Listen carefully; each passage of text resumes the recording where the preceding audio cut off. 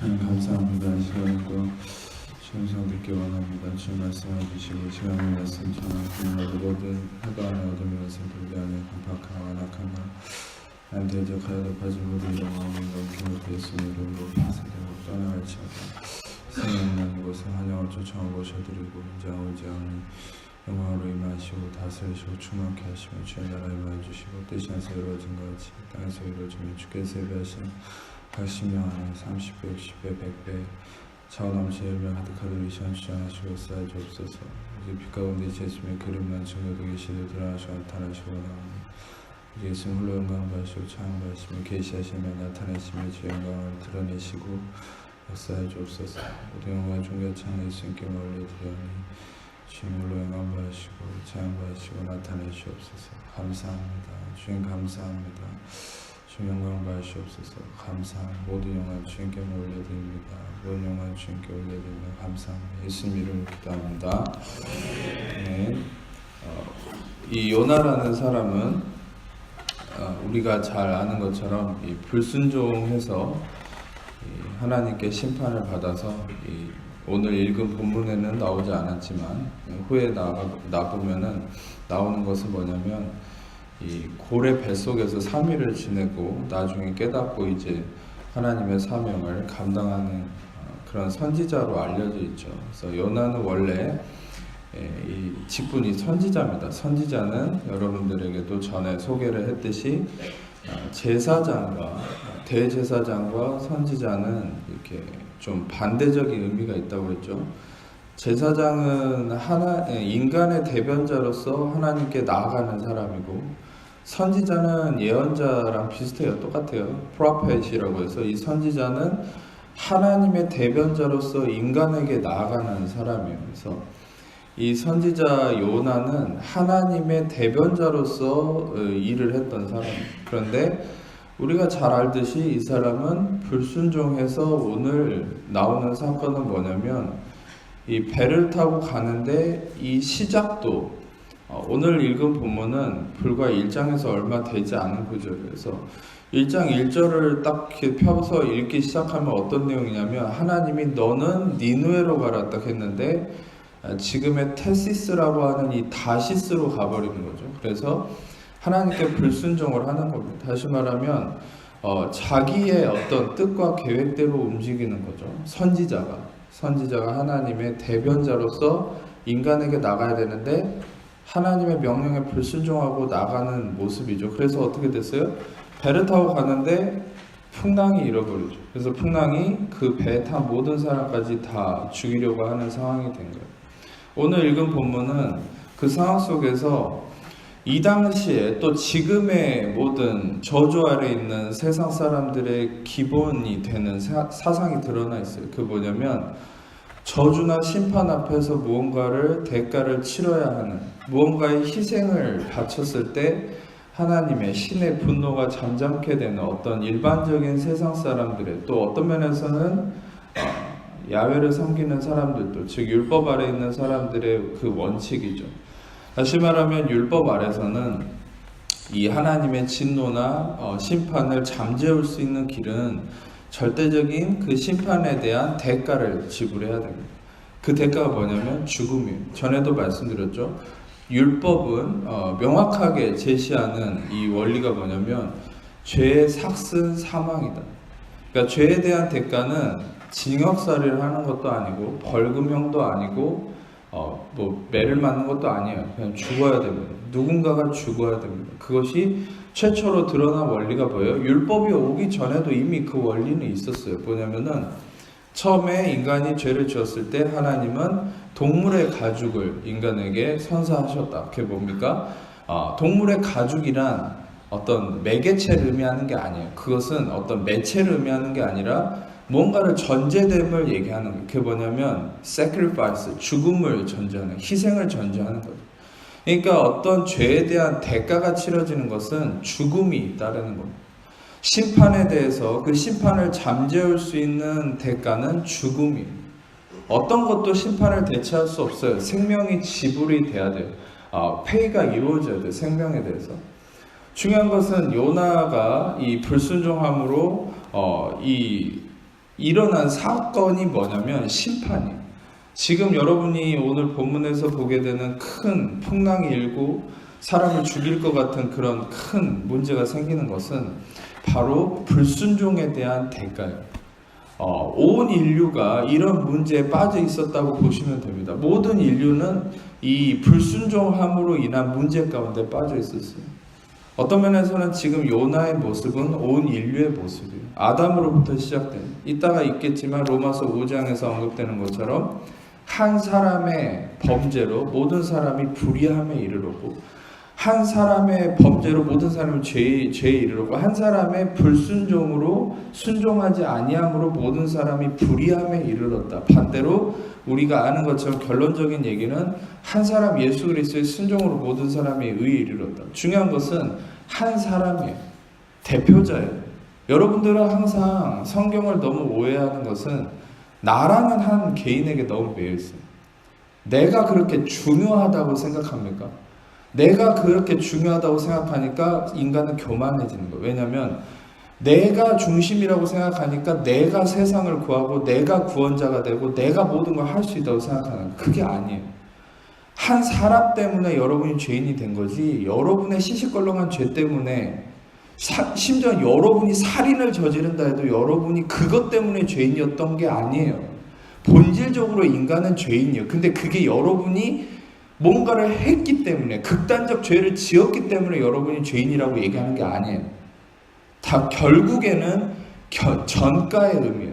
한 사람 아담의 불순종의 죄 때문에 죄인인 거지, 우리는 죄인이었다고 얘기하는 건 여러분의 행위 때문이 아니에요. 반대로 여러분이 의인이 된 것도 여러분이 의로운 행위를 해서 그런 게 아니에요. 고린도후서 5장 21절 계속 얘기하지만 하나님이 죄를 알지도 못하신 이를 우리를 대신해서 죄를 삼으신 것을 우리로 관해서 하나님의 의가 되게 하려 하십니다. 다시 말하면 우리가 불순종한 게 아니고 아담이 불순종해서 죄인이 된 건데, 예수님이 우리의 대표자가 돼서 우리를 대신해서 우리의 대제사장이 되셔서, 그 뭐예요? 아까도 얘기했죠?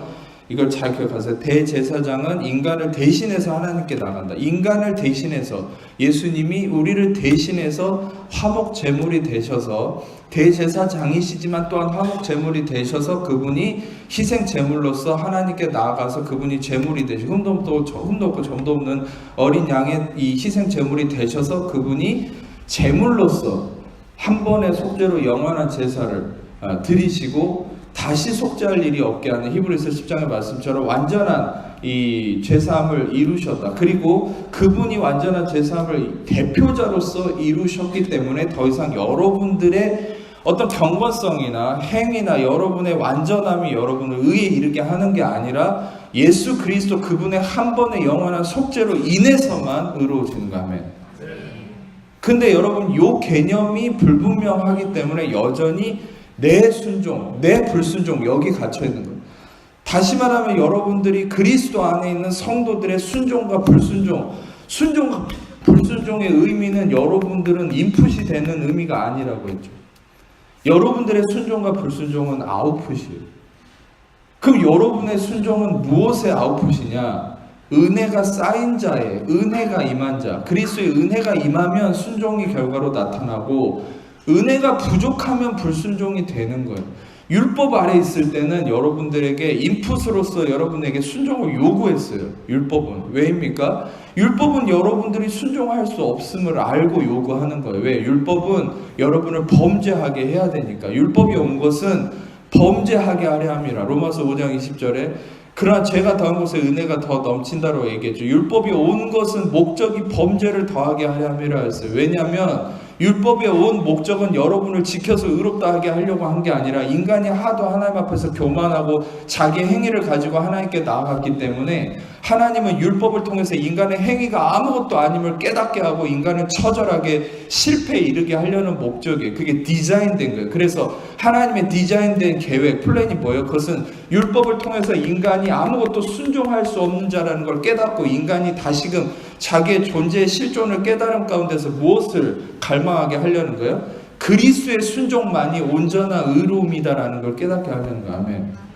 그런데 여전히 우리가 율법을 통해서 내가 뭔가를 의롭다라고 주장하려고 하는 것은 이것은 하나님의 계획을 전혀 알지 못하는 거죠. 그래서 예수님은 이 땅에 오셔서 뭐라고 했어요? 너희가 하나님도 알지 못하고 성경도 알지 못함으로, 말씀도 알지 못하고 하나님 능력도 알지 못함으로 오해했다. 그것은 부활 사건에 대한 논쟁이 있을 때 예수님이 얘기했죠. 그것은 무엇을 의미합니까? 모든 사람은 다 성경을 오해하고 있는 거예요. 하나님 말씀을 오해하고 있는 거예요. 왜? 항상 내 중심적으로 판단하니까. 그러니까 율법에 디자인된 그 목적성, 하나님의 율법을 주신 목적성도 왜 오해를 하는 거예요?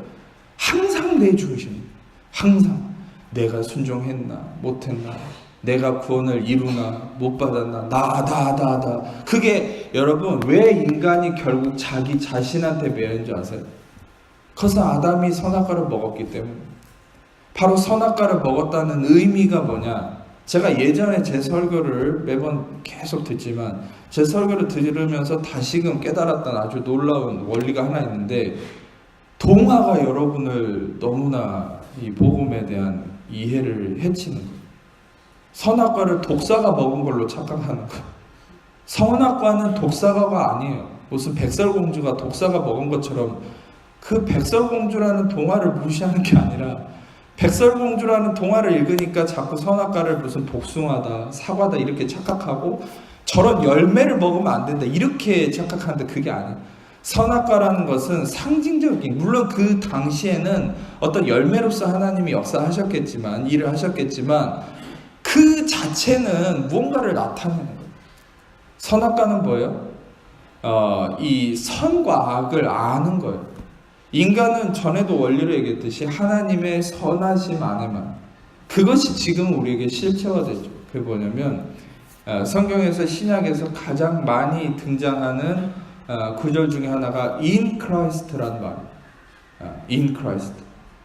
다시 말하면 그리스도 안에서. 이게 원래 아담이 지어진 실존적인 모습, 하나님의 선하심 안에 있었다. 토브. 이 히브리어로 토브라는 말은 영어로 표현하기도 부족한 말이에요. goodness. 다시 말하면 하나님의 선하심. 그래서 여러분이 알아야 될 것은 이 goodness, 토브, 이것은 무엇입니까? 바로 예수 그리스도죠. 이 예수 그리스도 안에, 예수 그리스도 안에 거하게 된 우리는 무엇을 의미하냐? 그것은 여러분이 원래적인 아담이 존재했던 모습을 의미한다고 보시면 돼요. 원래 아담은 하나님의 선하심 안에 있었어요. 하나님의 선하심. 그게 뭐냐면 in Christ. 근데 아담이 하나님의 선하심을 떠난 거예요. 그게 뭐냐면 선악과를 먹는 거죠. 먹는 행위가 중요한 게 아니라 선하심을 떠났다는 게 중요한 거예요. 그래서 선과 악을 아는 게 유익함이 있는 게 아니라 선과 악에 갇혀버린 거예요. 이게 무엇을 의미하냐면, 인간은 선하심 안에 있을 때는 그 선하심으로 판단을 받았어요. 뭐냐? 항상 선한 존재로서 인정을 받았다는. 근데 선악과를 먹어서 선하심을 떠나서 선악의 기준자가 됐다는 거예요. 항상 옳고 그름의 정죄감 속에 빠지는 거예요. 그러면 지금도 마찬가지. 여러분이 그리스도 안에 항상 그리스도의 은혜, 온전한 속죄를 이루신 예수 그리스도의 십자가의 기준으로 여러분을 보는 것을 여러분이 기준으로 삼을 때 여러분들은 어떤 정죄감에도 시달리지 않는 거죠. 그게 로마서 8장 1절의 말씀입니다. 그러므로 이제 그리스도 예수 안에 있는 자에게는 결코 정죄함이 없나니. 정죄함이 없는 상태는 어느 순간만 가능하냐? 여러분이 선행을 하거나 윤리 도덕성이나 경건성이 있을 때가 아니라, 성경은 진리는, 온 우주의 법칙은 딱 하나만 얘기해요. 여러분이 정죄감이 없는 순간은 딱 한순간이야. 그러므로 이제 그리스도 예수 안에 있는 자에게는 정죄함이 없나니. 아멘. 그 책을 읽을 줄 아시죠? 그리스도 예수 안에 있는 자에게는 정죄함이 없나니. 성경 어디에도 당신이 선을 행했거나, 특히 계시된 진리인, 여러분 복음서는 완전히 계시된 진리가 아니에요. 복음서는 가려진 진리죠. 그런데 서신서들을 통해서 복음서를 해석해야 돼요.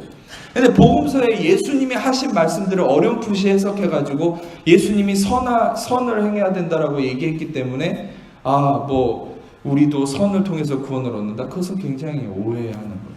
아까도 얘기했듯이 너희가 성경도 하나님의 능력도 알지 못함으로 오해하였도다 예수님 그런 얘기를 하죠. 예수님은 가려진 진리를 얘기하신 거예요. 복음서에.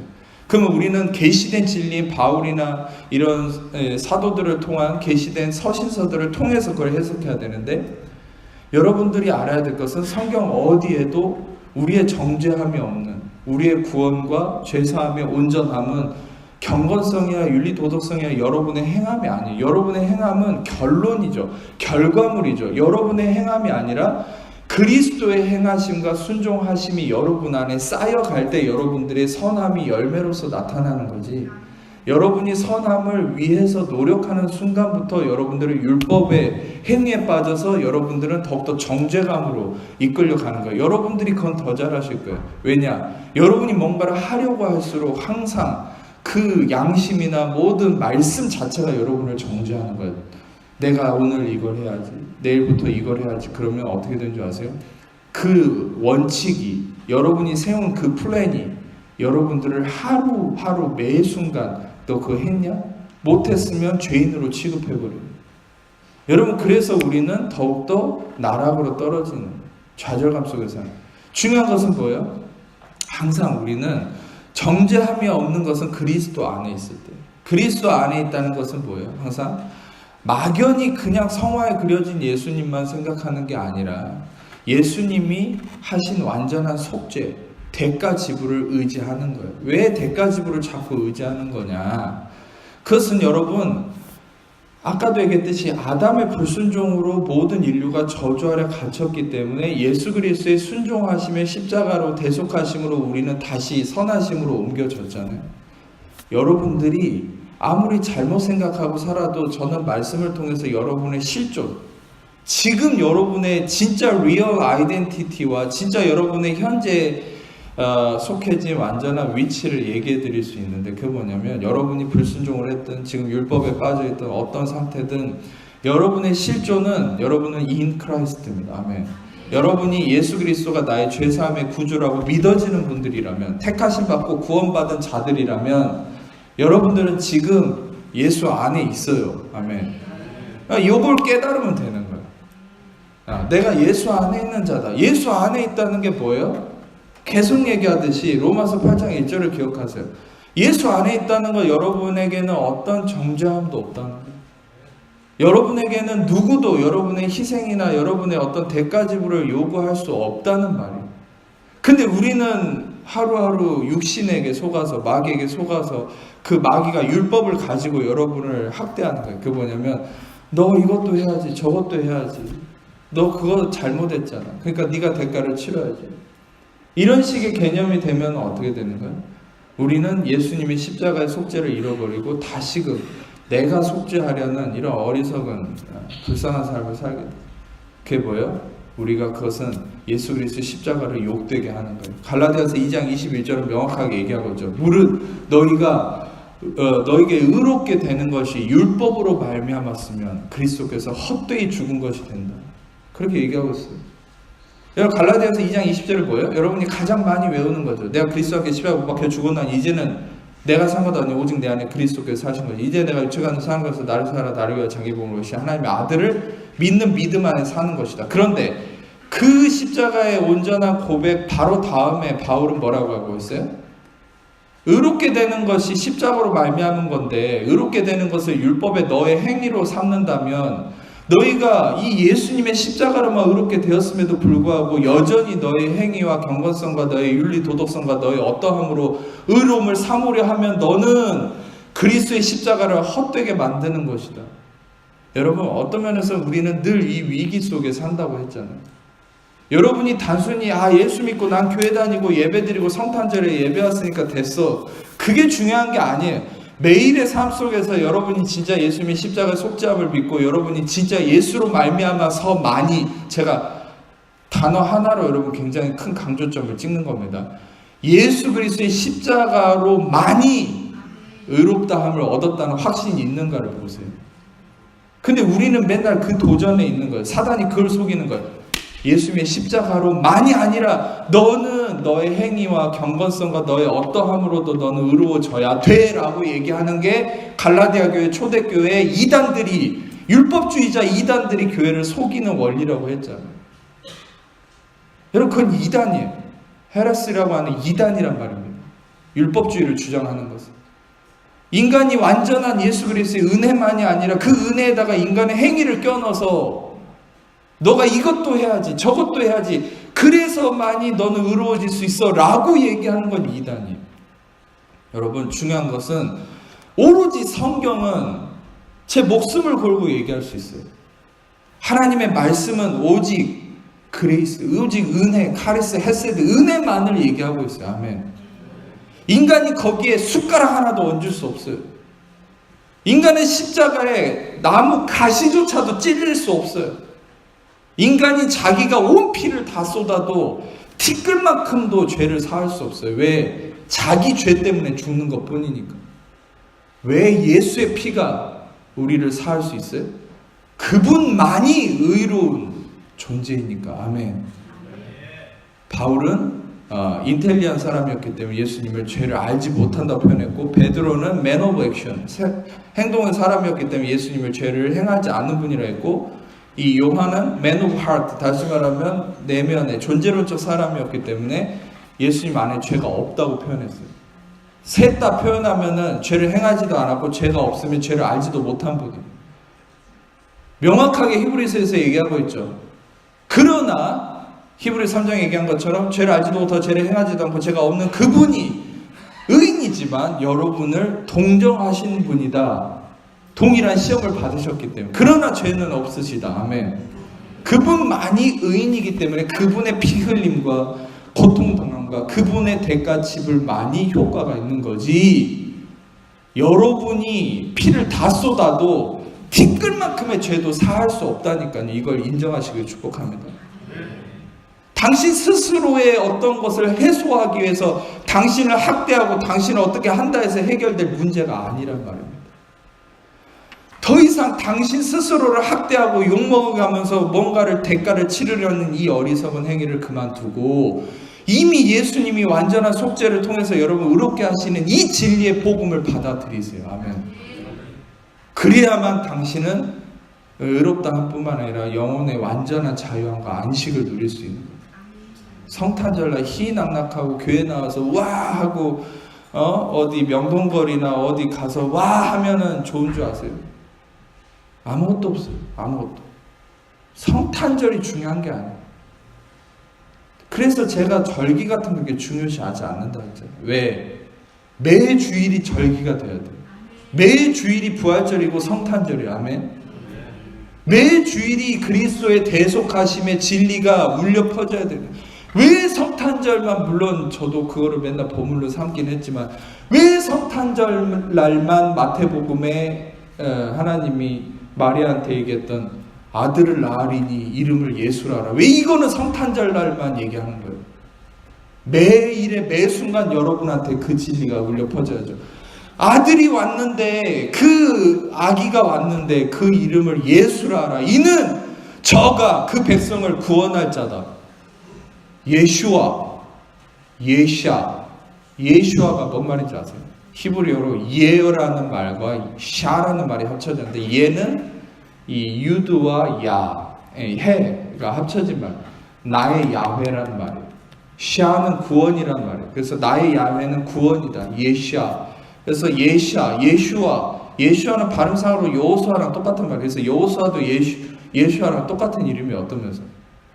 그러니까 중요한 것은 그 이름 자체가 얘기하듯이 당신이 구원자가 아니에요. 예수님만이 구원자예요. 아멘.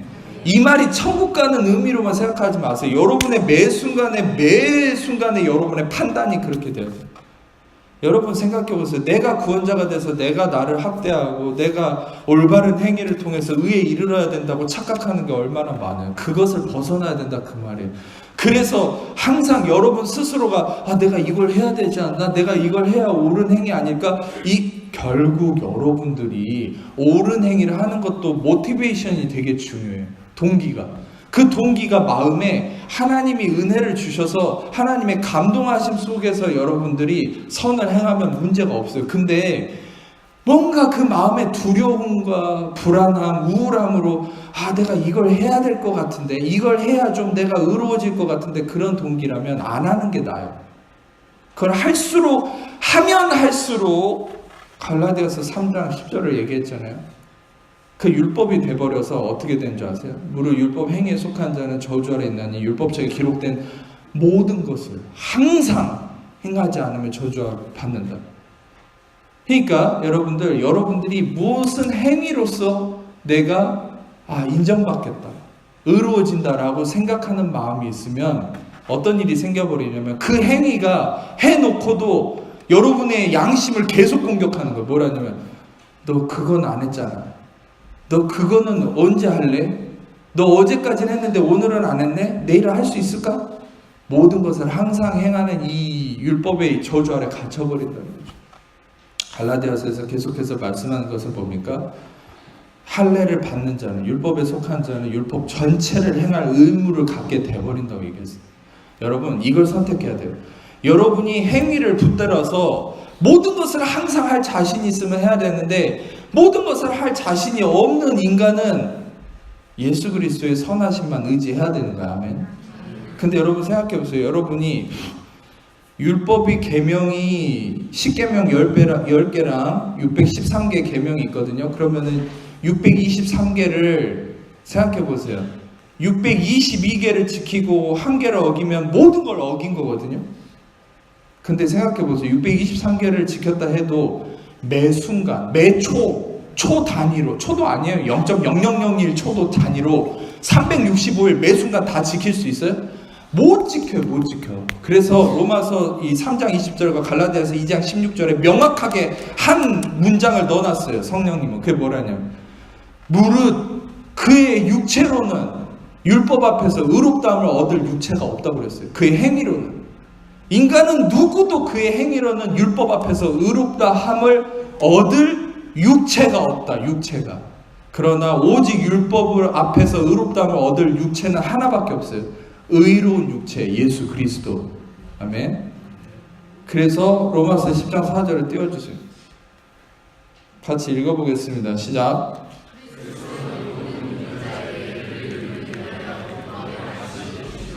율법의 마침, 텔로스, 헬라어로 한계, 결말, 성취, 피니시 이런 말이에요.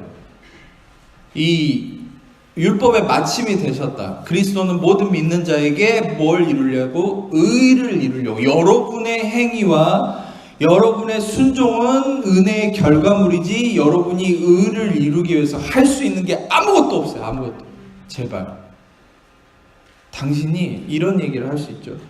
당신이 한 나라를 구해도, 우주를 구해도 당신은 의롭게 할 수 없어요. 오직 예수님의 의로운 행위만이 우리를 의롭게 할 수 있는 거야. 아멘. 이걸 인정하는 게 복음이란 말이죠. 그게 아니면 복음이 아니에요. 여기다가 인간의 행위를 티끌만큼이라도 끼워 넣는다면 그것은 복음이 아니에요. 전에도 얘기했잖아요. 누가 생수에 똥덩어리 한 방울 들어갔는데 나는 똥덩어리 한 방울 들어갔으니까 이거 생수 마시겠다. 그런 사람 누가 있어요? 여러분은 이제까지 몰라서 못 마신 거지.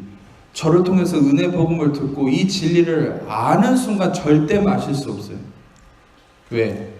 인간의 행위가 똥보다 더 더러운 거라는 거, 인간의 의의가 똥보다 더 더러운 거라는 거 아는 순간, 제가 전에도 표현했죠. 이사야 64장에 뭐라고 표현했어요? 이사야 64장에 인간의 의의는 다 더러운 옷과 같아서. 근데 그 더러운 옷과 같다는 걸 뭐라고 표현한지 아세요? 거의 히브리어로 여자의 월경을 이렇게 감싸는 이 천조가리로 표현했어요. 근데 문제는 뭐냐면 그 당시 율법 사회에서 여자의 월경은 부정한 것으로 취급했어요. 그래서 여자가 월경 기간이 되면은 영문 밖으로 쫓아냈어요. 부정하다고. 그 당시에 율법은 그렇게 잔인하죠. 근데 다시 말하면 여자의 월경에 천조가리로 표현했다는 게 뭐예요? 인간의 의는 부정한 옷과 같다고? 인간의 의는 부정하다 그 말이 한마디로 부정하다고. 인간이 아무리 자기의 의가 선하다 해도 그것을 나의 기준점으로 삼는 순간 그건 부정한 것이 되는 거예요. 단지 인간의 의가 생명이 되는, 인간의 행위가 생명이 되는 경우는 언제? 예수 그리스도의 순종과 예수 그리스도의 행하심이 여러분의 기준이 돼서 결과물로서 여러분의 선행이 나올 때 그때 생명이 되는 거예요. 거예요. 아멘.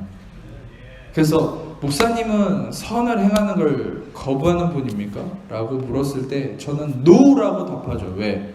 선을 행하는 건 좋은데 아까도 얘기했잖아요. 동기가 뭐냐? 동기가 당신이 그 행위를 통해서 의로움을 얻으려 하면 그 행위는 썩은 거고, 당신이 그 행위가 진짜 그리스도가 받은 은혜 속에 나온 거라면 그 행위는 생명이고. 아멘.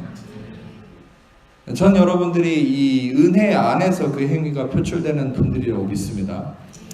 그런데 어찌됐든 중요한 것은 전제를 말씀드렸듯이 요나가 큰 이 풍랑을 만났을 때 그것은 인류를 향한 하나님의 분노와 저주의 심판을 의미하는 거예요. 모두 불순종에 빠져있는 인간, 다시 말하면 요나가 선지자라는 직분을 가졌고, 이 요나라는 인물을 통해서 하나님이 말하고자 하시는 게 있어요. 선지자는 아까도 얘기했듯이 하나님의 대변자로서 이 땅에 부르심을 받았지만, 그가 아담도 그랬죠. 하나님의 대변자예요, 실상 이 땅에. 근데 그가 불순종함으로 저주와 심판에 갇히게 되었다. 요나도 불순종함으로 저주와 심판에 갇히게 됐죠. 근데 어떻게 됐습니까? 결국에는 요나가 죽어야 잠잠케 되는. 그래서 저는 이 부분을 어떻게 말씀드렸냐면은, 복음적 의미에서 이 요나는 바로 예수 그리스도를 상징한다. 그것도 맞습니다. 예수 그리스도의 어떤 그림자로서의 의미를 나타내는 부분이 있어요. 요나는 실존 인물이었지만 또 그 실존 인물의 행위를 통해서 하나님 나타내고자 하는 진리가 있다고 그랬죠. 그게 뭐냐면, 요나의 이 죽음으로 저주가 잠잠케 된 것, 심판이 잠잠케 된 것은 바로 예수 그리스도의 십자가의 죽으심으로 모든 인류에 대한 심판이 잠잠케 되었다라는 이 진리를 나타내는 것도 있어요. 근데 오늘 저는 조금 다른 의미로서 대조하면서 진리를 얘기하고자 하는데, 그게 뭐냐면 본문을 하나 더 볼 건데, 마태복음 8장 23절에서 27절인데 저부터 읽겠습니다. 배에 오르심의 제자들이 따랐더니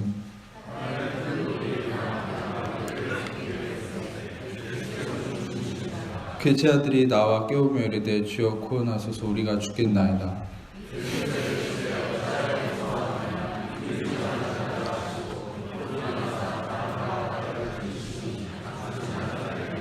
같이 읽겠습니다. 그 사람들이 놀랍게 여겨 이르되 동일하게 예수님을 태운 제자들이 풍랑을 만납니다. 중요한 것은 성령께서 이 두 개의 구절을 대조해서 보게 하셨어요, 저에게. 그래서 주님께서 주시는 진리를 나누려고 하는 겁니다.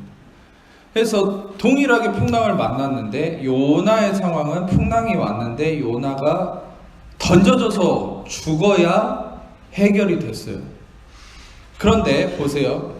예수님을 태운 이 상황 속에서 풍랑이 왔을 때 모든 제자들이 두려워했죠. 두려워하고 무서워. 인류의 실존이랑 똑같은 거예요. 저주와 심판 앞에서 두려워하지 않을 사람은 없어요. 근데 이 상황에서 보면은 이것은 아주 비슷한 말이에요. 25절을 보면은 제자들이 예수님을 깨우면서 우리가 죽겠나이다. 근데 아주 큰 차이가 한 가지 있어요. 요나의 상황에는 예수님이 없어요. 근데 여기엔 예수님이 있어요. 예수님을 깨우는 거죠. 그래서 예수님이 일어나서 뭐라고 얘기하십니까? 26절에 보면은 스크린으로 보여주세요. 어찌하여 무서워하느냐? 믿음이 작은 자들아. 이렇게 얘기하시죠. 여기서 무서워한다는 헬라어는 데일로스라는 말인데, 이거는 믿음이 없다라는 말이에요. 아주 의미가 좀 다르죠. 헬라어로 데일로스는 믿음이 없다. 그러니까 이 말은 뭐냐면, 이 믿음이 없는 자들아. 왜 믿음이 없냐? 이렇게 얘기하는 거예요. 그리고 또 반복하듯이 믿음이 작은 자들아 이렇게 얘기하죠. 그러니까 이 믿음이 없는 자들아, 왜 믿음이 없냐 이 말이에요. 왜 이런 얘기를 하셨을까요? 여러분, 중요한 것은 여기서는 왜 무서워하냐 이렇게 얘기했는데, 원래 헬라어 원뜻의 데일로스는 믿음이 없는 사람이란 말이에요. 예수님 왜 믿음이 없단 말만 계속 하는 거예요? 다시 말하면 예수님은 맨날 얘기했어요. 이 제자들에게 인자가 죽고 3일 만에 부활할 것이다. 그 말은 뭐예요? 예수님이 대가를 치른다. 이 복음을 얘기했어요. 예수님 맨날. 근데 제자들이 아직도 율법 의식에 갇혀가지고 가려져서 예수님의 속죄를 믿지 않는 거예요. 예수님만이 구원자이시고 예수님만이 대속을 이루시는 모든 대속에 저주와 심판을 잠잠케 할 수 있는 분이라는 이 진리를 못 받아들였기 때문에 두려워하는 거예요. 다시 말하면 예수님의 지적은 뭐예요? 믿음이 없음을 지적하는데, 그 믿음이 없다는 것은 소위 우리가 표면적으로 얘기하듯이 아이고 못 믿겠어, 하나님이 안 보여, 이런 의미가 아니라 대속하심을 못 믿는 거예요. 여러분 지금도 마찬가지예요.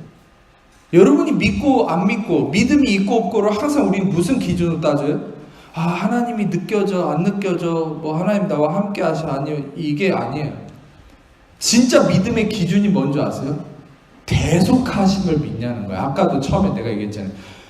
여러분의 리뎀션을 믿는 거예요. 여러분의 어떤 구속자의 대신 죽으심을 믿는 거예요. 아멘. 계속 애 같아서 얘기하지만 제 심정이 아닙니다. 제발 대속함에 대해서 생각을 좀 해보세요. 이렇게 애가 타는 것은 제 자신에게도 설교를 하는 거예요. 항상 잊어먹는 거예요. 내가 자꾸 뭔가를 대가를 치르려고 하는 그 어리석음. 근데 성령님은 애가 타서 얘기하는 거예요. 속에서 내가 십자가를 통해, 예수를 통해서, 십자가를 통해, 성령님이 예수의 영이시니까 내가 십자가를 통해서 대속했다. 네가 대속하려 하지 마라. 불안해하지 말라. 두려워하지 말라. 믿음을 가져라. 아멘. 그 믿음 뭐예요? 대신 지불했다는 거예요. 네가 지불하려고 하지 말라. 아멘. 네. 이 대속하심을 믿을 때 풍랑이 잠잠게 되고 안식이 찾아와. 안식이 있으면 문제는 문제가 아니에요. 풍랑은 더 이상 풍랑이 되지 않아요. 할렐루야. 여러분에게 갖가지 풍랑이 있어요. 여러분을 삼킬 듯한, 여러분을 죽일 것 같은 그런 문제들이 있어 왔고, 있는 분도 있고 있을 수 있어요. 앞으로. 근데 우리는 알아야 돼요. 하나님은 이미 우리에게 진리를, 모든 해결점을 주셨어요. 풍랑 앞에서 어떻게 해야 되는지. 풍랑 앞에서 우리가 소리 지릅니까? 맞서 싸워야 됩니까? 풍랑 앞에서 열심히 40일 철야기도 해야 됩니까? 금식기도 해야 됩니까? 그렇게 얘기한 적 없어요. 성경. 풍랑 앞에서 믿음만을 얘기했어요. 근데 그 믿음의 본질이 뭐예요?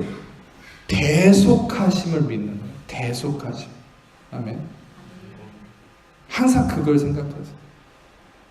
그래서 제가 바울이 설교했던 핵심, 사도행전 13장 38절과 39절에 나와 있는 예수 그리스도의 이름으로만 죄사함을 받는 것과 율법으로는 의롭다함을 얻지 못하던 모든 일에 예수의 이름으로만 의롭다함을 얻는 그 진리를 받아들이는 게 복음이에요.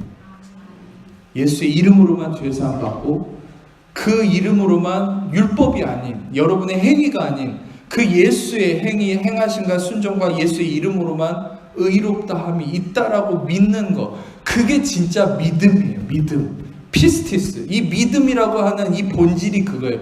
내가 기도 열심히 하고 성탄절날 예배 잘 드리고 교회 활동 열심히 하는 그게 믿음이 아니라, 믿음은 예수 그리스도의 속죄하심을 온전히 받아들여서 내가 그 안에서 자유함과 안식을 누리는 게 믿음이에요. 로마서 8장 1절을 확신하는 게 믿음이에요. 그러므로 이제 그리스도 예수 안에 있는 나에게는 정죄함이 없나니 이는 그리스도 예수 안에 있는 생명의 성령의 법이 저 상황에서 나를 해방했습니다. 아멘. 요걸 매일같이 나에게 선포해야 돼요. 루터는, 종교개혁자 루터는 매일같이 나에게 복음을 얘기한다. 왜? 나는 그 복음을 잊어먹으니까. 그게 맞는 말이에요. 복음을 잊어먹으니까. 우리는 육신 때문에 매일같이 잊어먹어요. 이렇게 설교하는 저도 매일같이 180편 가까이 되는 제 설교를 매일같이 들어요. 왜? 그렇지 않으면 설 수 없으니까. 그렇지 않으면 다시금 저조차도 육신에 빠질 수밖에 없으니까. 제자들을 보세요. 여러분, 예수님이 입은 옷이라도 보고 싶죠. 근데 제자들은 3년 동안 먹고 자고 했어요. 예수님은. 근데 이렇게 믿음이 없어요. 이렇게 풍랑 앞에서 두려워하는 거예요. 하물며 우리겠습니까? 그러니까 우리도 이 속죄함의 진리의 복음을 매 순간 들어야 되는 거예요. 듣고 또 듣고. 그래서 심지어 율법조차도 하나님은 쉐마 이스라엘, 샤마 이스라엘, 들으라. 듣고 또 그러더라 했는데 우리는 복음을 더 들어야 돼. 그래서 결론적으로 말씀드리면은 이 예수님이 같이 한 이 배에는 다시 말하면 은혜가 함께하는 본질이신 은혜이신 은혜와 진리이신 예수 그리스도가 속죄함을 이루신 예수 그리스도가 있는 이 배는 결국 풍랑이 잠잠케 됐어요. 내가 들어가서 죽지 않아도 돼요. 요나처럼. 내가 물에 저주에 빠져 들어가지 않아도 돼요. 율법은 여러분 율법 아래 있었던 요나는 이 저주와 심판 안에서 자기를 던져야만 자기를 대가를 치러야만 뭔가가 그래도 잠시 잠잠케 됐어요. 그게 율법이에요. 우리는 율법 아래 있는 게 아니잖아요. 많은 성도들은 율법 아래 있는 것처럼 신앙생활을 해요. 저주와 심판 앞에서 기도라는 매개체, 신앙생활이라는 매개체, 뭔가 경건생활이라는 매개체를 통해서 자기를 학대하고 자기가 뭔가 그 기도라는 금식이라는 이것도 올바른 개념도 아니라 내가 대가를 치르는 용도로 써버리는 거예요. 그러니까 그런 용도로 내가 대가를 기도라는 금식이라는 이런 대가를 치러서 어떻게 해요? 그 나의 문제, 풍랑이라는 문제를 잠잠케 하려고 하는 거예요. 그게 요나랑 똑같은 거예요. 근데 보세요. 예수님과 같이 있는 자들은 한 게 하나밖에 없어요. 예수님을 깨웠죠. 그러니까 어떻게 됐어요? 예수님이 바람과 바다를 꾸짖으셨다. 에피티마오, 헬라어로 에피티마오라는 말인데 이거는 비난하고 책망하고 금했다는 거예요. 여러분, 자, 놀라운 진리를 알려드리죠. 예수님께서 이 은혜가 이 모든 저주에 대해서 저주를 비난하고 책망하고 금하셨어요. 아멘. 여러분을 책망하는 게 아니에요. 아까 믿음이 없다는 것도 그것은 여러분을 비난하는 게 아니에요. 예수님 깨우치는 거지. 예수님이 진짜 책망하고 비난하는 건 뭔지 아세요? 여러분을 힘들게 하는 그 저주와 그 풍랑과 그 문제 모든 것들을 예수님은 비난하고 꾸짖으시는 거예요. 할렐루야. 여러분이 그걸 보셔야 돼요. 내가 그거를 꾸짖고 내가 그거를 맞서 싸우는 삶이 아니에요. 예수님이 싸우셨어요. 예수님이 승리하셨어요. 로마서 5장 18절과 19절을 읽겠습니다. 시작. 같이 읽겠습니다. 시작.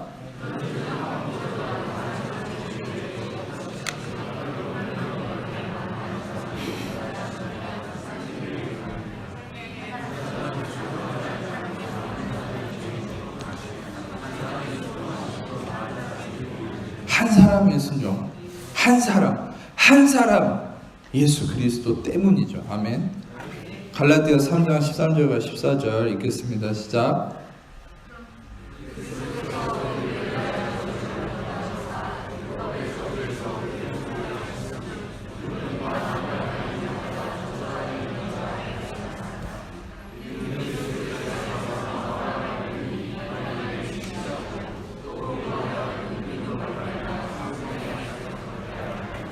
자, 여러분들 보세요. 우리는 예수 그리스도가 싸우시고 예수 그리스도가 저주를 잠잠케 함으로 인해서 요나는 모든 저주와 심판에 대해서 자기가 대가를 치러야만 잠시 잠잠케 되는 심판 아래 살았지만 여러분과 저는 이제 그리스도 안에 있기 때문에 그리스도가 저주를 잠잠케 하셨고 승리하셨기 때문에 여러분들이 더 이상 물속으로 저주로 뛰어들지 않아도 돼요. 아멘. 여러분은 심청이가 아니란 말입니다. 아멘. 이런 얘기를 할 때 좀 웃어줘야지. 여러분들이 물에 빠져 들어가지 않아도 아주 적절한 비유 아닙니까? 여러분들 심청이 아니라고요. 여러분들이 물에 안 빠져도 돼요. 예수님이 저주에 들어가셨기 때문에, 예수님이 저주를 감당하셨기 때문에, 대가를 치르셨기 때문에, 그래서 우리는 자유하고 안식할 수 있어요. 아멘. 그래서 이제 마지막으로 27절을 보면은, 마태복음 8장 27절을 보면은 이렇게 얘기하죠. 저가 누구기에 바람과 바다도 순종하는가, 이렇게 얘기하죠. 저가 누구기에, 몰라서 그러겠습니까? 그러나 우리는 알지만, 자, 그리고 이거 하나만 제가 말씀드릴게요. 그 사람들이 놀랍게 여겨 이르되 이가 어떠한 사람에게 바람과 바다도 순종하는가 했는데, 순종한다라는 헬라어가 뭐냐면 휘파코라는 말이에요. 이게 뭐냐면 주의 깊게 듣는다는 거예요.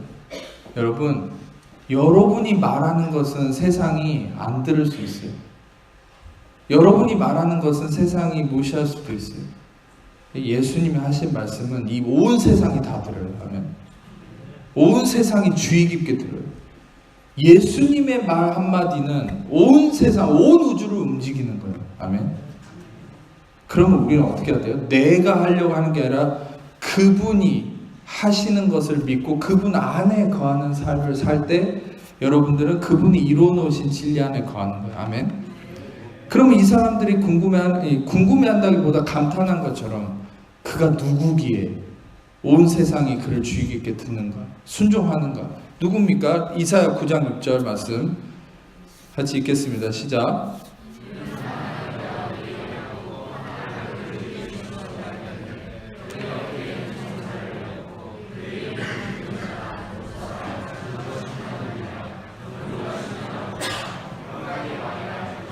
아멘. 그는 예수 그리스도 믿으십니까?